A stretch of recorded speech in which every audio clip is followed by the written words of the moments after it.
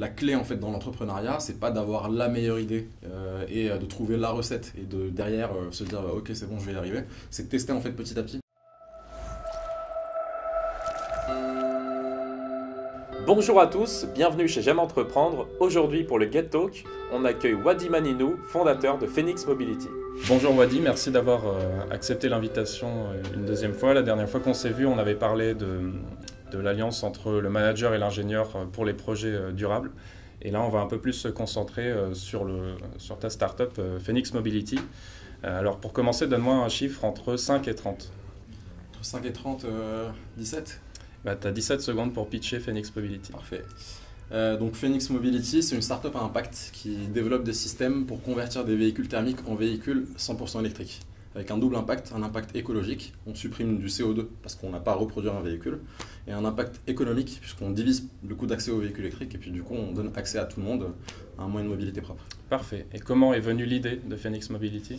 Alors c'est une longue histoire qui a démarré sur les bancs de l'école où j'ai croisé un de mes futurs associés et à l'époque c'était juste pour faire un projet entrepreneurial à l'école mais purement académique. Lui il croyait beaucoup plus que moi, il a réussi à me motiver à la fin à me lancer avec lui à l'issue du projet parce que tous les jurés du parcours nous ont encouragés à commencer. Puis du coup on a commencé comme ça en recrutant des personnes à l'école et jusqu'à ce que ça décolle. Ouais. Okay. Et c'est quoi l'esprit Phoenix Mobility ? Est-ce qu'il y a une chose qu'on peut retrouver que dans votre équipe, dans votre startup ? Disons qu'on est un peu au croisement entre le monde des grosses bagnoles qui polluent, mais aussi de l'environnement et de l'écologie. Ouais. Donc en fait, on arrive à recruter et à trouver un auditoire qui est un petit peu à la limite entre les deux, ou alors à prendre des personnes des deux mondes et à les faire passer un petit peu de l'autre côté. En fait, c'est un petit peu la recette Phoenix Mobility. Est-ce qu'il y a une startup qu'il faut absolument connaître en ce moment ? Il y en a beaucoup, il y en a énormément. En fait, il y a énormément de startups. Alors, pour le coup, moi qui étais formé, je me suis formé en entrepreneuriat en me basant un petit peu sur les différentes startups, les parcours, etc. Il y en a beaucoup qui m'avaient marqué. En fait, je vais plutôt en citer une qui n'existe plus aujourd'hui, qui existe différemment. C'est Save My Smartphone qui est devenu Save. Et donc, c'est une startup qui avait eu un décollage énorme en 2015-2016. Ensuite, un redressement judiciaire. Ils ont réussi à remonter. Donc ça a été fondé par Damien Morin avant d'être revendu en 2017 il me semble. Et en fait j'aime beaucoup cette histoire-là et en fait toutes les péripéties qu'ils ont pu vivre. Ok. Si tu as un conseil à donner à quelqu'un qui hésite à se lancer dans l'entrepreneuriat ? Il y en a beaucoup, mais le conseil c'est en fait de tester. La clé en fait dans l'entrepreneuriat, c'est pas d'avoir la meilleure idée et de trouver la recette et de derrière se dire ok c'est bon je vais y arriver. C'est de tester en fait petit à petit et se rendre compte qu'on peut améliorer la solution, qu'on n'a pas forcément parlé au bon client, itérer jusqu'à trouver un petit peu ce qu'on appelle dans le monde de la startup le product market fit ou en tout cas une traction. Si on te propose là aujourd'hui de racheter Phoenix Mobility pour 100 millions, qu'est-ce que tu fais ? C'est une bonne question. Je pense que je continue. Donc je refuse l'offre. Par contre, je noue de très bonnes relations avec les personnes qui voulaient la racheter. Pour revenir à la solution Phoenix Mobility, elle en est à quel stade de maturité aujourd'hui ? Donc aujourd'hui, ça fait quasiment 2 ans qu'on a démarré le projet. Donc le projet a démarré à l'été 2018. À l'époque, on était 5 étudiants. On était encore quasiment tous étudiants ou alors sur les débuts de la vie active. Mais donc du coup, c'était plus un side project pour nous. Donc aujourd'hui, 2 ans après, il y a beaucoup de choses qui se sont passées. On a réussi à du coup développer un produit qui fonctionne, qui est en cours d'homologation. On a surtout réussi à faire évoluer la réglementation qui bloquait notre activité. Donc au début, quand on a commencé, c'était impossible d'homologuer un véhicule rétrofité et les gens nous disaient mais laissez tomber, l'administration française ne va jamais bouger un décret qui date de 59 de mémoire. Et donc du coup, nous, on y a quand même cru, on a trouvé les bonnes personnes avec qui discuter, on s'est entouré avec des personnes qui connaissaient le milieu jusqu'à faire évoluer la loi, la réglementation. Et puis du coup, s'en est suivi en parallèle, il y a eu une bonne traction commerciale qu'on a réussi à convertir par de premiers contrats. De premiers projets pilotes, notamment avec la ville de Grenoble, jusqu'à aboutir aujourd'hui du coup à une équipe d'une 15aine de personnes qui est du coup prête pour industrialiser la solution et ça va arriver très très vite dans les mois qui viennent. Et donc la techno est prête, vous avez déjà fait des proof of concept ou Tout des à essais ? fait. En fait, la partie POC, elle a duré vraiment 2 ans et elle continue encore aujourd'hui. La particularité de notre produit, c'est qu'il est déclinable selon plein de modèles de véhicules. Ouais. Et en fait, c'est pas une recette qui est est modifiable très légèrement. Parfois, en fait, d'un véhicule à l'autre, on va devoir changer toute la recette. Donc en fait, on fait des POC à chaque fois, soit pour s'adapter à un nouveau modèle, soit pour tester de nouveaux composants. Néanmoins, on va dire que cette partie démonstrateur, cette partie R&D qui nous permet de développer le premier produit commercialisable, on est en train d'y aboutir avec l'homologation. Okay. Et au final, qui va faire la transformation des véhicules des clients? Est-ce que c'est vous? Est-ce que c'est des garages qui pourraient le faire? Oui, alors en fait on est dans une phase où c'est notre équipe qui convertit les véhicules. En fait on est obligé de le faire au début parce qu'on doit passer par une courbe d'apprentissage, on doit maîtriser tout le process, voir quels sont en fait tous les cas de figure auxquels on peut faire face avant d'outsourcer et de trouver un réseau qui va installer les véhicules pour nous. Donc nous on est majoritairement une équipe d'ingénieurs, initialement en tout cas, et on n'a pas forcément vocation à devenir des installateurs. Mais par contre on est en train de développer un produit, un modèle opérationnel qui permettra en fait à un garagiste d'être formé à l'installation de notre kit et de pouvoir en fait nous aider à nous déployer plus rapidement. Ok. Et donc qui sont vos cibles et comment vous les avez choisis? Alors justement, je parlais d'itération, c'est l'itération qui nous a permis de trouver la bonne cible. Au début, on pensait qu'on allait vendre à monsieur tout le monde, c'est-à-dire au grand public et faire du B2C. On s'est rendu compte que du B2C, lorsqu'on démarrait sur un produit techno aussi complexe que le nôtre et qui met énormément de temps à être mis sur le marché, c'est un peu suicidaire. Et donc du coup, on a pas pivoté, mais on a basculé légèrement jusqu'à arriver en fait à un point où on s'est dit mais il est beaucoup plus simple de parler à un client qui a 50 véhicules du même modèle, et donc une flotte de véhicules, plutôt que de parler avec 50 clients dans 50 villes différentes avec 50 besoins différents. Donc aujourd'hui, nos cibles, c'est des flottes de véhicules utilitaires à destination des collectivités et des entreprises. D'accord. Et vos concurrents, le rétrofit, ça se fait aussi déjà peut-être dans d'autres pays. Est-ce que même si ces concurrents sont dans d'autres pays, vous avez quand même une ambition d'aller vers un développement à l'international? Ouais, alors sans même parler de pays étrangers, en fait, on a déjà un écosystème qui commence à se développer en France. On a une dizaine d'acteurs sur des segments totalement variés qui commencent à se positionner, qui existent même pour certains depuis plus longtemps que nous. Et donc c'est hyper favorable et c'est pour ça que d'ailleurs que les pouvoirs publics se sont dit ok, en fait c'est en train de bouger en France, donc faisons évoluer la loi. Et donc ça nous stimule. Par contre effectivement à l'étranger, on a des acteurs qui existent depuis 10, 15, 20 ans, qui faisaient ça un petit peu de manière traditionnelle et artisanale. Mais ça nous fait pas, enfin, je vais pas dire que ça nous fait pas peur, ça nous encourage à nous dire ok, il y a un petit terreau, il y a un petit foyer de personnes intéressées et on pense que le marché peut être intéressant pour nous. Donc oui, on ira je pense à moyen terme à l'étranger. Okay. Et comment on arrive à rester serein quand on évolue avec une techno, des batteries qui évoluent chaque jour, qui se révolutionnent chaque jour? Est-ce qu'à un moment il faut faire un choix? Moi j'avais parlé l'année dernière à l'équipe de Chemiwatt, un projet qui bosse sur des batteries biodégradables. Comment vous faites? En fait, disons qu'il y a une contradiction, enfin pas une contradiction, mais il y a une dualité un petit peu dans le monde des batteries. En même temps, effectivement, on a beaucoup de projets de R&D qui sortent de partout, avec des technologies qui vont peut-être sortir dans 5-10 ans et révolutionner le monde de la batterie, parce qu'on va utiliser les mêmes minéraux, on va avoir des cycles, un nombre de cycles beaucoup plus grand. Néanmoins, en fait, il faut se rendre compte qu'aujourd'hui, la batterie lithium-ion, elle commence à peine à devenir mature. C'est-à-dire qu'en fait, les cycles de maturité d'une chimie de batterie est hyper long, c'est en décennies. Donc aujourd'hui, on arrive à atteindre des prix de kilowattheure assez intéressants, même pour des petites structures comme nous. Par contre, effectivement, la grosse difficulté, c'est de réussir à trouver les bons composants chez le bon fournisseur au meilleur rapport qualité-prix. Et donc aujourd'hui, effectivement, on a des personnes dans l'équipe qui sont dédiées quasiment à 100% au sourcing des composants, au test, à la validation, etc. Okay. Et côté législatif, là aussi, ça bouge énormément. Ouais. Qu'est-ce que vous avez mis en place pour être au plus près de ces évolutions? Il y a eu différentes phases. Il y a eu la première phase où il a fallu comprendre en fait ce qui se passe. Donc on démarre le projet à l'été 2018, on nous dit c'est pas possible, il faut comprendre pourquoi. Donc en fait on arrive à comprendre au fur et à mesure que ça bloque parce que si on veut homologuer un véhicule rétrofité, il faut demander l'accord du constructeur et encore c'est pas possible dans tous les cas.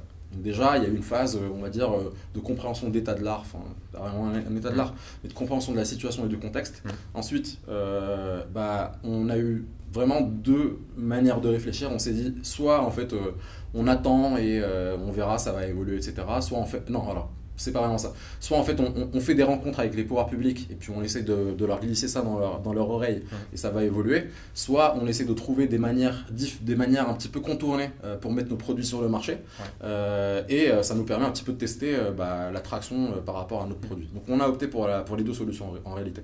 La première, on a commencé à rencontrer des députés, des parlementaires, des sénateurs, des conseillers ministériels Et en même temps, on est allé à l'étranger et on a converti des véhicules là où l'homologation n'était pas un aussi gros problème, notamment au Kenya, avec un partenaire aujourd'hui avec qui on travaille énormément. Et donc du coup, disons que les deux nous ont permis donc à la fois de mettre nos produits sur le marché, de les tester et d'avoir une maturité, de connaître la maturité de notre produit et parallèlement en fait de faire un petit peu une action de lobbying et de relations publiques auprès des pouvoirs publics pour pouvoir faire évoluer la réglementation. Et en 2 mots, c'est facile d'aller leur parler à ces parlementaires ou non? Contre-intuitivement, c'est facile. À partir du moment... Alors, bon, c'est facile, je pense, quand on leur parle de ce qu'ils veulent, comment dire, des sujets d'actualité. On a la chance, en fait, avec notre produit, avec notre solution, d'avoir quelque chose qui est dans l'air du temps, qui a un impact certain, et qui colle directement avec les feuilles de route gouvernementales, avec les feuilles de route européennes, et en fait, avec les politiques mondiales, puisque on est vraiment à fond dans la transition énergétique, la lutte contre le changement climatique. Donc à partir du moment où on arrive à trouver la bonne approche, ils nous accueillent avec grand plaisir. Concrètement, je peux donner un exemple. La première personne qu'on a rencontrée, c'était un conseiller d'une secrétaire d'État au ministère de l'écologie qui nous a accueillis pour qu'on lui pitche un petit peu notre projet. Et puis derrière, il nous a mis en relation avec les bonnes personnes dans les bons ministères. D'accord, super. Lorsqu'on développe une clean tech comme la vôtre, comment on fait pour valoriser l'impact environnemental positif que vous pouvez apporter? Ouais, alors en fait, il y a 2 difficultés. La première, c'est de réellement faire cet impact. Et le deuxième, c'est de le mesurer. En fait, l'impact dans notre solution, il est évident. Donc, on n'a pas besoin de produire un nouveau véhicule, on part d'un véhicule existant. Donc, en fait, on économise du CO2 sur une partie du véhicule. Derrière, en fait, il faut réussir à valoriser cet impact auprès de nous, pour nous dire, ok, on est performant ou pas, auprès de nos clients, pour leur dire, en fait, combien de CO2 ils vont économiser. Parce que quand on parle aux entreprises, ils ont des métriques pour suivre un petit peu leur impact environnemental. Et puis surtout, en fait, auprès globalement des investisseurs, des pouvoirs publics et des parties prenantes qui tournent autour de notre projet. Et donc on le fait en itérant là encore, on fait des modèles sur Excel et on les perfectionne petit à petit jusqu'à aboutir à quelque chose qui fonctionne. Ok. Et pour vendre votre solution, j'imagine que la grande bataille, c'est d'avoir un argument économique. Pour l'instant, les entreprises, les clients ne vont pas signer simplement si l'argument environnemental est seul. Comment vous y prenez pour que ça soit aussi économique? Ouais, c'est effectivement, tu as tout à fait raison. Il faut à la fois jouer sur l'impact environnemental et à la fois sur l'impact économique et social. Et en fait, chacun des 2 impacts ne va pas sonner de la même manière aux oreilles de nos clients ou des différents parties prenantes. Donc en fait, concrètement, nous, l'impact économique, il est, pas forcément évident quand on démarre, parce qu'en fait, disons que quand on développe des solutions industrielles ou dans le secteur du manufacturing, on a des coûts très très élevés. Et donc, comme on ne fait pas beaucoup de volume, on ne peut pas avoir des prix comme peuvent l'avoir nos concurrents, mais en tout cas les constructeurs, etc. Donc, on démarre en fait en faisant des solutions qui coûtent super cher. Donc, au début, les clients qu'on va avoir, ce n'est pas des clients, on va dire, scalables, c'est des early adopters. Sur lesquels on va se baser en se disant ok, ils nous font confiance, donc ils sont prêts à payer un petit peu plus cher. Par contre, on n'a pas intérêt à se foirer sur la solution technique et on a intérêt à les bichonner. Et donc c'est ces clients-là qui nous permettent derrière d'avoir de la crédibilité et derrière en fait plus de traction commerciale, de faire plus de volume et donc de baisser nos coûts. Et j'ai vu qu'il y a aussi maintenant par exemple la métropole de Grenoble qui incite à cette conversion. Exactement, en fait on a la chance d'être dans un écosystème grenoblois de manière générale qui est hyper favorable. Et donc ça, on s'en doutait au début, mais on ne savait pas que ça allait autant nous aider. Notre premier client, ça a été la ville de Grenoble, et la métropole de Grenoble a été la première collectivité en France, avant même que le gouvernement le vote à l'échelle nationale, à mettre sur la table une subvention pour le rétrofit. Donc par exemple, dans la région de Grenoble, dans la ZFE, dans les différentes ZFE, on peut avoir de 3 000 à 6 000 euros pour convertir un véhicule utilitaire. Et ce n'est que 6 mois après que le gouvernement, dans le plan de relance automobile, a ajouté une prime à la conversion supplémentaire. Okay. Côté financement du projet, vous avez choisi quelle méthode ? Un petit peu toutes les méthodes qu'on pouvait trouver. Je vais vous faire un petit peu l'equity story, si on peut l'appeler comme ça. On a démarré au début en mettant nos économies sur la table, donc à 5 cofondateurs. Donc c'était pas beaucoup, mais ça nous a permis de commencer à faire notre premier prototype. Bon. C'était pas suffisant, donc on a fait des concours. Donc on a participé à une quinzaine de concours entre juin 2018 et à peu près juin 2019, et on a eu la chance d'en gagner beaucoup. Donc ça a rajouté un petit peu 100 000 € au pot de départ. Ce qui nous a permis en fait de pouvoir se dire ok, là on a de l'argent pour faire un bon produit, recruter quasiment dès le début, dès l'incorporation de la boîte, un premier ingénieur, etc. Et donc on a eu cette phase là. Ensuite on a eu une phase BPI. Je pense que c'est la phase classique quand on a un projet qui commence à devenir sérieux. Enfin, avant même BPI, on a eu la CCI de Grenoble qui nous a aidés. On a eu la région Hauts-de-France qui nous a aidés également. Parce qu'on est un petit peu implanté en Hauts-de-France, dans les Hauts-de-France via un incubateur, et dans la région grenobloise avec notre atelier. Et donc ça nous a permis de récolter un petit peu les fonds initiaux pour pouvoir faire tourner la machine. Derrière, on a eu de la dette via BPI, via notre banque. Et puis on a avancé sur les financements. Il y a eu d'autres financements qui sont arrivés pendant l'été. Et donc là, on est en train d'avancer sur une levée de fonds normalement qui devrait arriver dans les prochains mois. Ça marche. Et tu peux nous dire 2 mots sur la collaboration avec Wavestone ? Ouais, tout à fait, c'est un très bon point. Alors franchement, je pense qu'on a eu beaucoup de chance. On a eu vraiment un alignement des étoiles, vraiment sur tous les aspects. Donc on a eu le côté réglementaire qui a bien évolué pendant l'avancée du projet. On a gagné plein de concours, donc on a eu un petit peu d'argent pour démarrer le projet. On a eu des personnes hyper expérimentées qui ont fait le défi de nous rejoindre alors qu'on n'avait pas de sous pour les payer au début, et donc qui nous ont rejoints vraiment quasi bénévolement. Et puis surtout en fait on a eu la chance, alors que pendant la première année, mais même pendant l'année qui a suivi, alors qu'on était tous soit étudiants, soit en alternance, soit en premier CDI, de toujours trouver en fait une boîte, une école qui arrivait en fait à comprendre ce qu'on faisait et qui nous aménageait notre emploi du temps. Donc moi en fait je faisais un master spé quand j'ai démarré mon projet, qui était en alternance du coup chez Wavestone, où je faisais du conseil. Et donc en fait Wavestone a très vite compris dès le début que c'était un projet qui devenait sérieux. Ils m'ont aménagé d'abord une alternance dans l'alternance pour pouvoir m'occuper du projet. Et puis ils ont incubé, donc du coup accéléré Phoenix Mobility au sein de leur accélérateur, hébergé une partie de nos équipes à Paris, et ensuite mis à disposition pour que je puisse m'occuper du projet en fait, jusqu'à ce que mon contrat finisse officiellement en 2020, début 2020. Un mot sur la crise du Covid. Qu'est-ce que ça a retardé, qu'est-ce que ça a accéléré dans le projet ? Ouais, c'était un épisode assez intense. En fait, je pense qu'on n'a jamais autant travaillé que pendant le Covid. En tout cas, moi, personnellement, c'était assez fou. Il y a eu une première phase, on va dire, de 1 à 3 jours, pas d'affolement, mais de « Ok les gars, qu'est-ce qu'on fait ?» Comment on fait en tout cas. Pas qu'est-ce qu'on fait, mais comment on fait. Sachant que nos locaux étaient bloqués. Surtout, en fait, on a dit écoute, si là, tu te dis je vais rester bloqué pendant 2 mois, on va être retardé et on ne peut pas être retardé. Donc, en fait, on a revu notre roadmap totalement. Et puis surtout, en fait, financièrement, ça commençait à être compliqué. Parce qu'en fait, on avait quelques contrats qu'on était sur le point de livrer et donc on allait être payé. Mais malheureusement, en fait, ça a bloqué net l'avancement de ces contrats. Pour donner un exemple, on avait des véhicules qui étaient dans nos ateliers, il suffisait de faire 2-3 réglages et de pouvoir en fait derrière encaisser les chèques. Et en fait, on avait de l'argent qui était bloqué dans notre atelier. Donc en fait, il y a eu un plan d'attaque concrètement, prêt garanti par l'État, BPI, démarrage d'une levée de fonds express pour pouvoir avancer. Et finalement, en fait, la crise, en tout cas le confinement, nous a permis de nous mettre en mode commando et au final de ressortir plus fort que ce qu'on était au démarrage. D'accord. Et dans 5 ans, ça va ressembler à quoi Phoenix Mobility ? 5 ans, je pourrais pas dire. En tout cas, on a une vision qui est effectivement très ambitieuse. Par contre, je peux te dire à horizon 1 an, 2 ans, là où on veut aller, à horizon 1 an, 2 ans, en fait, on se dit, ok, on a un marché, on a un terrain réglementaire en France qui est devenu super favorable. Et là, en fait, on a une autoroute devant nous pour nous positionner comme les acteurs de référence du rétrofit en France. Donc, l'objectif là, c'est de valider la traction commerciale qu'on a pu avoir, industrialiser la solution, nous consolider comme l'acteur de référence en France, commencer à aller vers les pays un petit peu autour de la France, mais sans forcément dire qu'on fait un déploiement international, avant de pouvoir nous dire, ok les gars, maintenant on passe au stade vraiment d'accélération et de déploiement commercial à échelle européenne, disons à moyen terme dans 2, 3, 4 ans. Okay. Et comment, justement, dans ce projet, on va embarquer des talents en leur disant le produit va sortir dans 3, 4, 5 ans. En plus, l'équipe est, il me semble, assez jeune.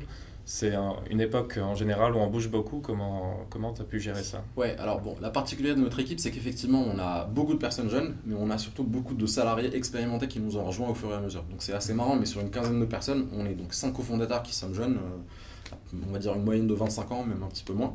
Ouais. Et ensuite, on a 3-4 ingénieurs seniors donc qui ont au moins 7-8 ans d'expérience pour la plus expérimentée 25 ans dans le monde du véhicule électrique et de l'automobile. Et ensuite, on a effectivement des personnes qui ont fait leur PFE, donc leur stage de fin d'études chez nous et qu'on a recruté. On a des techniciens juniors qui viennent de nous rejoindre, des ingénieurs juniors qui vont nous rejoindre, des personnes en marketing qui vont nous rejoindre également, soit en alternance, soit en CDI. Et donc, comment dire, en fait, disons que la mission de notre startup et de notre aventure, elle est, comment dire, je ne vais pas dire évidente, mais en tout cas, elle est facile à comprendre et tout le monde peut réussir à y adhérer à partir du moment où il a un petit peu une sensibilité pour l'automobile ou pour l'environnement.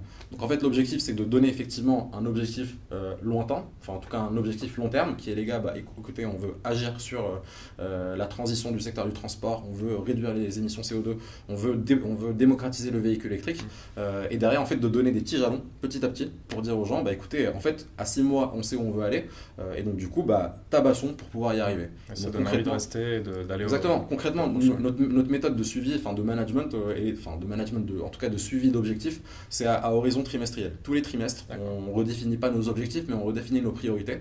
On redéfinit les fiches de poste qu'on appelle scorecard, et puis derrière, il y a une évaluation qui se fait, un accompagnement qui se fait tout le trimestre.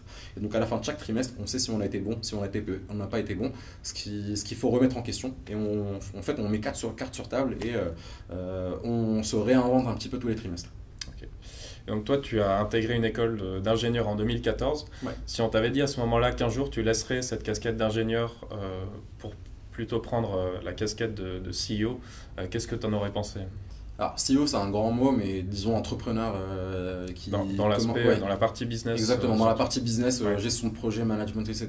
Bon, moi, c'est particulier parce que dès le démarrage, je savais que je voulais pas faire un métier technique. Et donc, du coup, j'ai tout fait pendant mon parcours pour essayer d'avoir cette composante management. Donc, disons que pendant mon parcours, j'ai été président du BDE, je me suis occupé d'autres assos, etc., etc. Donc, j'ai toujours pu un petit peu trouver dans ces projets-là ce que je ne trouvais pas forcément dans les enseignements théoriques que j'avais.